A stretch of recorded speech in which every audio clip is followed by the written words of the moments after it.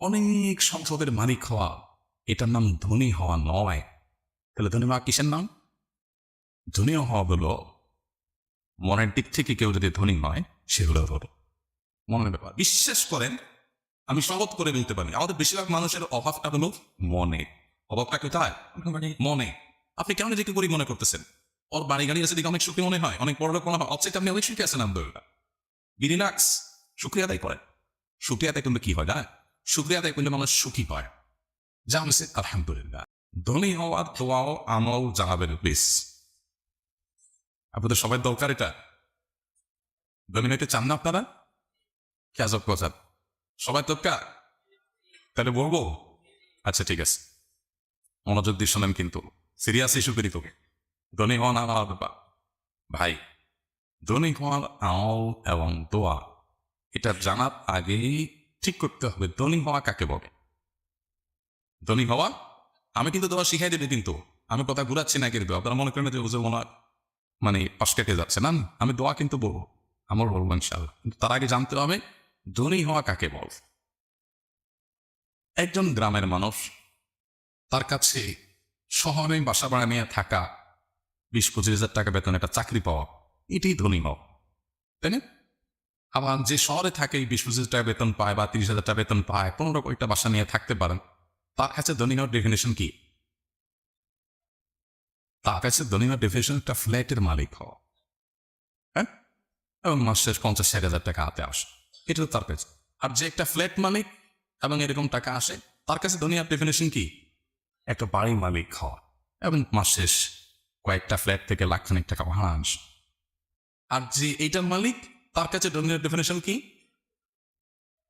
তার কাছে ধনী হওয়ার ডেফিনেশন হলো বাড়িটা আছে মিরপুরে উত্তরাতে, ধানমন্ডি গুলশানে একটু বাড়ি পর, এটা হলো তার কাছে ধনী হওয়ার ডেফিনেশন। আর যে ধানমন্ডি গুলশান থাকে, তার কাছে ধনী হওয়ার ডেফিনেশন কি? তার কাছে ধনী হওয়ার ডেফিনেশন হলো, সংজ্ঞা হলো দুবাইয়ের পাঁচ জমারাতে একটা ফ্ল্যাট কিনা। আর যে দুবাই পাঁচ জমারাতে ফ্ল্যাটের মালিক এসে, তার কাছে ধনী হওয়ার ডেফিনেশন কি? তার কাছে ধনী হওয়ার ডেফিনেশন হলো সাদে নাকি ফ্ল্যাট বুকিং হচ্ছে, ওখানে টাকা জমা দিতে পার, এটা হলো তার কাছে কি? ধনী হওয়ার ডেফিনেশন। তাইলে জিনিসটা কি দাঁড়াইলো? আসলে সবাই ধনী, আসলে সবাই ধনী। প্রত্যেকে তার উপরের দিকে তাকাইলে মনে হয় আমি কি গরিব, আবার নিচের দিকে তাকাইলে মনে হয় আমি ধনী। তাহলে এটা আসলে দৃষ্টিভঙ্গির ব্যাপার, এটা দোয়ার ব্যাপার না। এটা কিসের ব্যাপার? দৃষ্টিভঙ্গির ব্যাপার। আপনাকে আল্লাহ তাআলা 2টা শার্ট দিছে, আপনি মাত্র 2টা শার্ট, একটা দিয়া শুকে আর একটা গায়ে দেয়, আপনি দেখলেন আরে 10টা শার্ট। তাহলে ধনী হওয়ার সংজ্ঞা হলো 10টা শার্টের মালিক হওয়া। আল্লাহ হুজুর একটা আমল শিখাই দেয় যে দোয়া করলে আমার 10টা শার্ট হয়ে। এবার আমি দিলাম আপনাকে একটা দোয়া শিখায়, আপনি দোয়া করে 10টা শার্টের মালিক হয়ে গেছে, ধনী হয়ে গেছে। এখানে ধনী হন নাই, কারণ ওই যে দোয়া পড়ে পড়ে পড়ে পড়ে পড়ে পড়ে কষ্ট করে করে 10টা শার্টের মালিক যেদিন হবে না, ওই দিন আরেকজনের সাথে পরিচয় হবে, তার 50টা আছে। কয়টা আছে তার? 50টা। এবার ওইটা দেখার পর আবার এসে বলবো হুজুর দোয়া তো আরেকটা লাগবে। এখন শার্ট কয়টা আলাদা দেখছি? 50টা।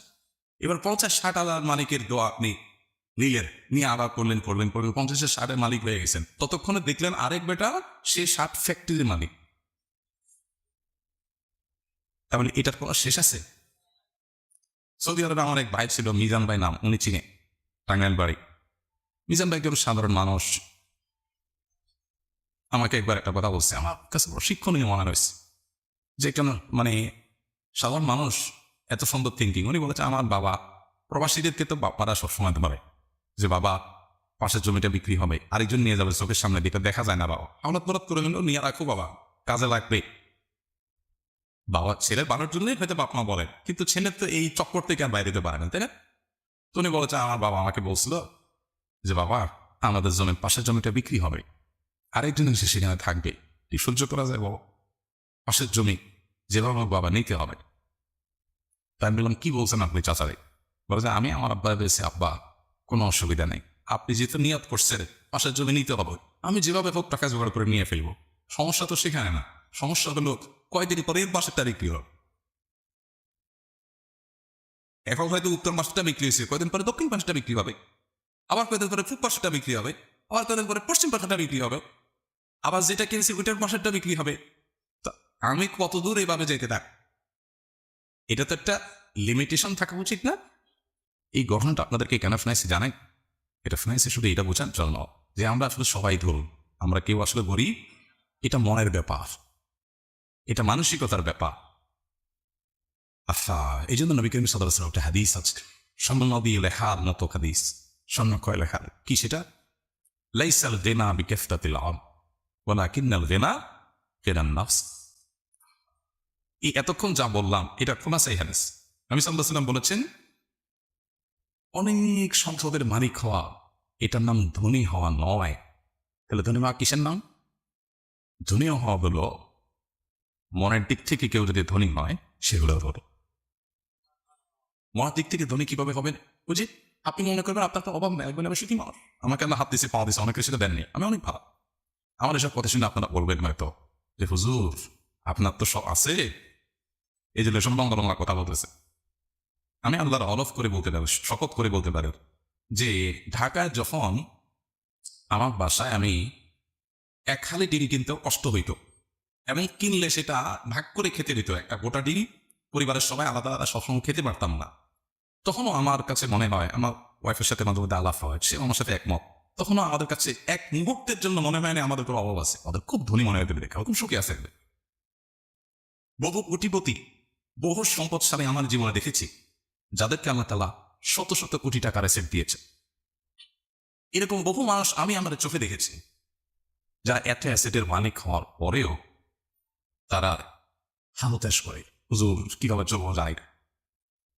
আমার কাছে কালকেও একজন আসছে, এরকম একজন ইন্ডাস্ট্রির মালিক, বলতেছিলেন হুজুর সামনের দিনগুলো কি হবে বুঝতেছি না, যদি স্যাংশন আইসা যায় দেশে, ব্যবসা বাণিজ্য এমনি আগে উঠছে, বাকিটা হবে, মাসের খরচের টাকাটাও জোগাড় হবে থেকে আমি যাই না। এটা যে ভদ্রলোক বলতেছে তার যে পরিমাণ অ্যাসেট আছে সেগুলো বিক্রি করে বসে বসে খাইলেও 2-1 প্রজন্ম চলে যাওয়ার কথা, বা সে টেনশন করতেছে যে সে কি খাবে। এগুলো কিসের ব্যাপার বলে? মনের ব্যাপার। বিশ্বাস করেন, আমি শপথ করে বলতে পারি আমাদের বেশিরভাগ মানুষের অভাবটা হলো মনে। অভাবটা কোথায়? মনে। আপনি কেন নিজেকে গরিব মনে করতেছেন? ওর বাড়ি গাড়ি আছে দিকে অনেক সুখী মনে হয়, অনেক বড় লোক মনে হয়, অবশ্যই আপনি অনেক সুখী আছেন। আলহামদুলিল্লাহ, রিল্যাক্স, শুকরিয়া আদায় করেন। শুকরিয়া আদায় করলে কি হয় না? শুকরিয়া আদায় করলে মানুষ সুখী হয়, যা হচ্ছে আলহামদুলিল্লাহ। তো ভাইরা, ধনী হওয়ার জন্য আলাদা দোয়া না, বরং আল্লাহর কাছে সুখী হওয়ার জন্য দোয়া করবেন। আল্লাহুম্মা ইন্নী আসআলুকাল আফওয়া ওয়াল আফিয়াতা ফিদ দুনিয়া ওয়াল আখিরাহ। আমাদের সকাল সন্ধ্যার যে দোয়ার বইটা আছে ওখানে এরকম কয়েকটা দোয়া আছে যেখানে আল্লাহর কাছে প্রশান্তি, সুখ চাওয়া হয়েছে। আল্লাহ তো আমাদের সবাইকে সুখী হওয়ার তৌফিক দান করেন। সেই সাথে সম্পদশালী হওয়ার জন্য আপনি চেষ্টা করেন, সিরিয়াসনেসের সাথে কাজ করেন।